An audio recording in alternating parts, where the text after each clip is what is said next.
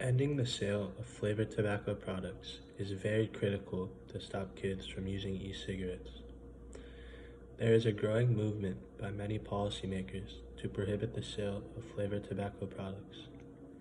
If implemented, these laws will protect up to 17.7 million kids across the country. Teens these days find vaping to be some kind of fashion symbol. Despite the horrible effects smoking has on the body, these kids don't seem to care too much. Big tobacco industries have a long-lasting reputation of targeting a youth audience. They do this by making exotic fruit-flavored products that will catch the eye of a teen. There is clear evidence that these fruit-flavored products play a key role in youth initiation and constant use of tobacco products. These fruity flavors improve the taste and mask the harshness of tobacco products, which makes it intriguing for these kids and teens to try these flavors and ultimately become addicted to smoking them.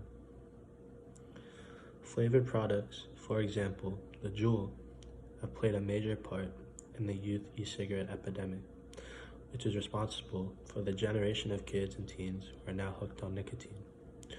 Juul and other e-cigarettes deliver big doses of nicotine, making it extremely easy for youth users to become addicted to their products.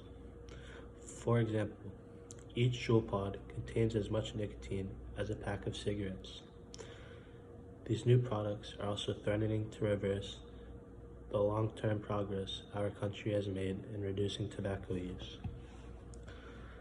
According to the latest data from the 2020 National Youth Tobacco Survey, 19.6% of high school students, which is 3.6 million kids, were current users of e-cigarettes.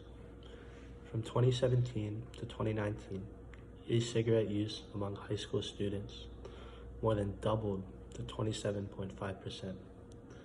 The sad thing is, kids aren't just experimenting when it comes to using these vapes.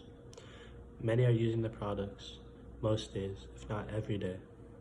Survey shows nearly 40% of high school students who vape are using their e-cigarettes at least 20 times a month, and about 730,000 middle and high school students are vaping each and every day. Flavored products have a big role in these spike numbers of youth vaping as well. In fact, 82.9% of youth e-cigarette users admitted to smoking flavored products. In the past year, kids have started to shift their attention towards disposable and menthol e-cigarettes. These happen to be two of the products left on the market under current federal restrictions. This just gives us more of a reason to ban all flavored e-cigarettes.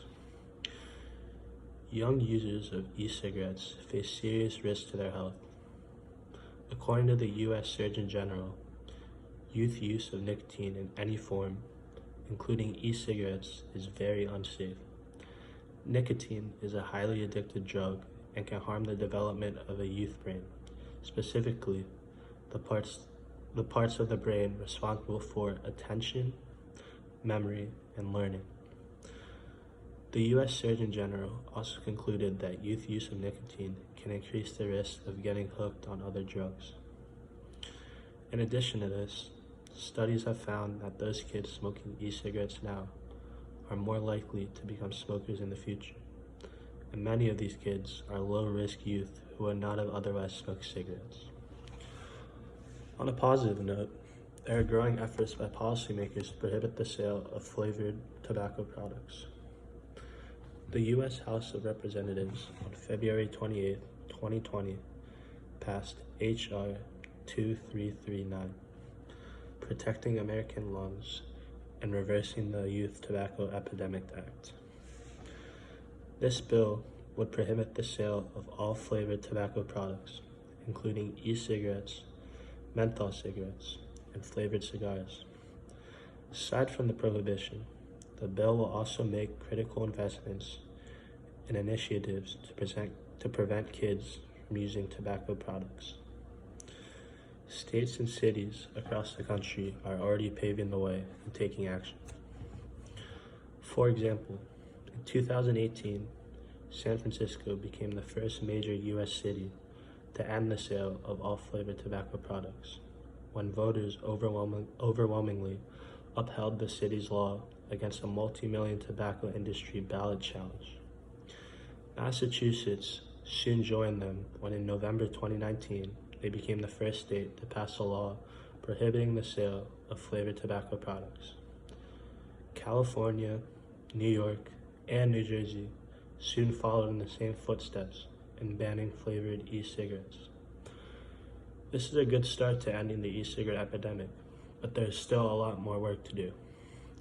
All in all, vaping is terrible for our generation of youth, but we should try to take all necessary measures to eliminate flavored e-cigarettes.